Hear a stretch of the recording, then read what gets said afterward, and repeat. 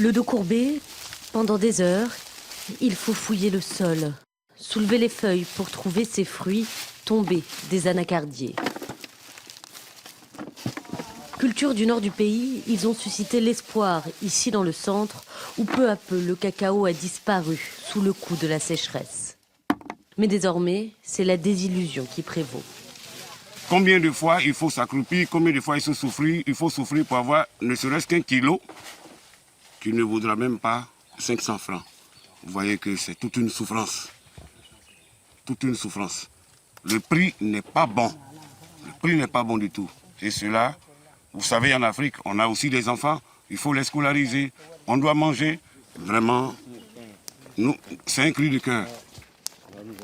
Considérée de moins bonne qualité, l'acajou ivoirienne s'achetait l'année dernière près de 2 fois moins cher qu'aux producteurs du Ghana voisin.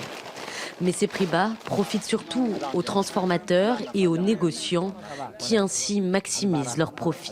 C'est une minorité de personnes qui se fait de l'argent au détriment des producteurs, des braves paysans. Et donc cette année, les producteurs ne se lanceront pas faire. Si la fixation est vide, nous allons bloquer la production sur toute l'étendue du territoire de Côte d'Ivoire.